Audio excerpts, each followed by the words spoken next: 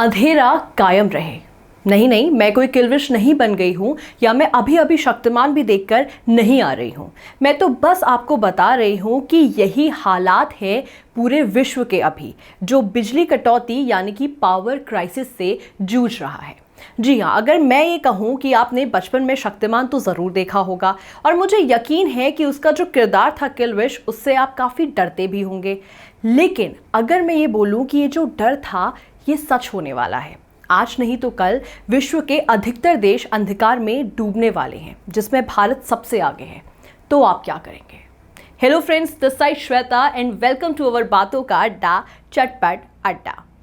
तो जैसा कि मैं बता ही रही थी कि आजकल व्हाट्सएप में भी एक मैसेज काफ़ी ज़्यादा फॉरवर्ड हो रहा है, जिसमें ये कहा जा रहा है कि अपने फ़ोन को चार्ज रखिए, अपने लैपटॉप्स को चार्ज रखिए, न जाने कब लाइट जाएगी और न जाने कब वापस आएगी। तो इस बात को कुछ लोग तो लाइटली ले रहे हैं, लेकिन जो लोग न्यूज़ देखते हैं या न्यूज़पेपर पढ़ते हैं वो इस बात से काफ़ी घबराए भी हुए हैं।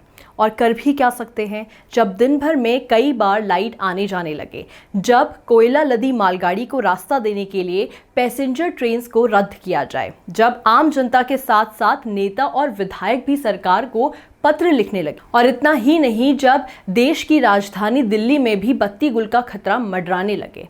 तो क्या हमें ये मान लेना चाहिए कि वाकई भारत बिजली संकट से गुजर रहा है? मैं जानती हूँ कि ये काफ़ी बड़ा सवाल है और काफ़ी बड़ी परेशानी भी है। तो चलिए आज इस परेशानी को टटोलते हैं और जानते हैं इसके पीछे का कारण। यूपी, एमपी, झारखंड, जम्मू कश्मीर, राजस्थान, हरियाणा, पंजाब और उत्तराखंड को मिलाकर कुल 16 राज्यों की बिजली की कटौती बढ़ गई है। गाँव में 10-10 घंटे तो शहरों और जिला मुख्यालय तक में 4 से 6 घंटे की बिजली कट रही है। गर्मी का सीजन है, स्वाभाविक है कि डिमांड बढ़ी हुई है। ऐसे में आए दिन ये समस्या बढ़ती जा रही है।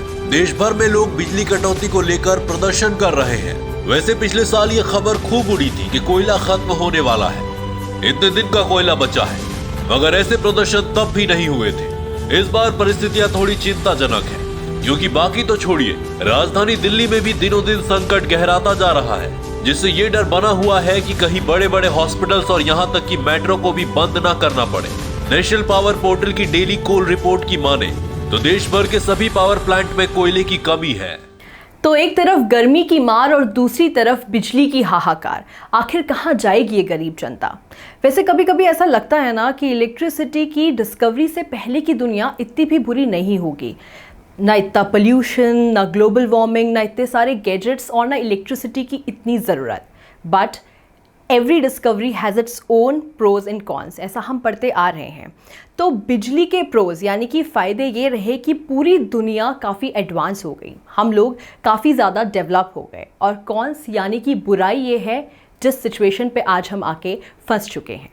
ना पेड़ बचे, हीट वेव लोगों की जान ले रही है, ना फ़ोन्स और लैपटॉप्स के बिना रह सकते हैं और ना एसी के बिना रह सकते हैं, और धीरे धीरे पूरी दुनिया में कोल भी खत्म होता जा रहा है, जिससे बिजली का संकट इतना ज़्यादा बढ़ गया है। और मज़ेदार बात तो ये है कि ये सिर्फ इंडिया के हालात नहीं हैं, दुनिया भर के अधिकतर देश इसी परेशानी से अभी जूझ रहे हैं। पिछले 50 सालों में पावर की डिमांड सबसे ज़्यादा 2021 और 2022 में ही रही है। इसमें यूनाइटेड किंगडम, फ्रांस, चाइना और जर्मनी जैसे बड़े बड़े देश भी शामिल हैं। पूरे विश्व भर में इलेक्ट्रिसिटी क्राइसिस की अलग अलग खबरें आ रही हैं। कुछ महीने पहले लेबनान देश में टोटल ब्लैकआउट हो गया था फ्यूल क्राइसिस की वजह से। यूरोप में भी इलेक्ट्रिसिटी को लेकर काफी परेशानियां बढ़ चुकी हैं। वहीं चाइना से भी ऐसी खबरें आ रही हैं कि कुछ लोग बिजली काटने की वजह से लिफ्ट में फंसे रह गए, तो कहीं पानी आना बंद हो गया, तो कहीं पावर कट की वजह से स्कूल में पढ़ाई बंद हो गई। अब अगर हम इंडिया की बात करें तो देश में 70% बिजली कोल से पैदा होती है, लेकिन दुनिया भर में कोल की बहुत शॉर्टेज हो गई है, जिसके चलते कोल की प्राइसेस भी काफी बढ़ गए हैं और इंडिया ने इंपोर्ट कम कर दिया है। अब उस हिसाब से कोल का प्रोडक्शन देश के अंदर बढ़ाना चाहिए था, पर ऐसा हुआ नहीं, बल्कि पिछले कुछ महीनों में देश में कोल का प्रोडक्शन बहुत कम हो गया है, जिसके चलते अभी पूरे देश को बिजली कटौती को झेलना पड़ रहा है।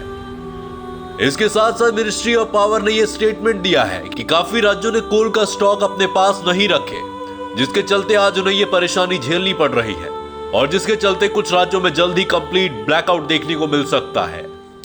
तो एक ओर पेट्रोल के दाम बढ़ते जा रहे हैं तो दूसरी ओर गैस महंगी हो चुकी है और अब ये पावर क्राइसिस एक नई मुसीबत है। तो ना ज़्यादा इधर उधर ट्रैवल कर सकते हैं, ना ज़्यादा खाना बना सकते हैं और अब तो ना ज़्यादा एसी, कूलर और पंखे भी इस्तेमाल नहीं कर सकते। आखिर करें तो करें क्या? लेकिन इन सब चीज़ों के पीछे कहीं ना कहीं हम भी जिम्मेदार हैं। जब हमारे पास इलेक्ट्रिसिटी की कोई भी कमी नहीं थी तब हम जानते हैं कि हमने इसे काफ़ी ज़्यादा वेस्ट किया है। और इनफैक्ट अगर अभी भी आपके वहाँ पावर कट नहीं हो रहा है और आप पावर क्राइसिस से नहीं जूझ रहे हैं तो आपको शायद ज़्यादा फ़र्क ना पड़ रहा हो। But this is the high time to save electricity. जहाँ एक और गवर्नमेंट कोशिश कर रही है रिन्यूएबल एनर्जी और इलेक्ट्रिक व्हीकल्स को प्रमोट करने का, तो वहीं दूसरी ओर हमें भी इलेक्ट्रिसिटी का इस्तेमाल सोच समझ के करना होगा। अभी शॉर्ट टर्म सोल्यूशन के लिए हम सिर्फ इलेक्ट्रिसिटी को सेव कर सकते हैं, तो वहीं लॉन्ग टर्म सोल्यूशन के लिए गवर्नमेंट को कोल की डिपेंडेंस कम करनी होगी और सोलर एनर्जी, विंड एनर्जी और हाइड्रो एनर्जी पे ज़रूर स्विच करना होगा, जिससे कहीं ना कहीं एक उम्मीद है कि हम इस मुसीबत से हमेशा के लिए निकल पाएंगे।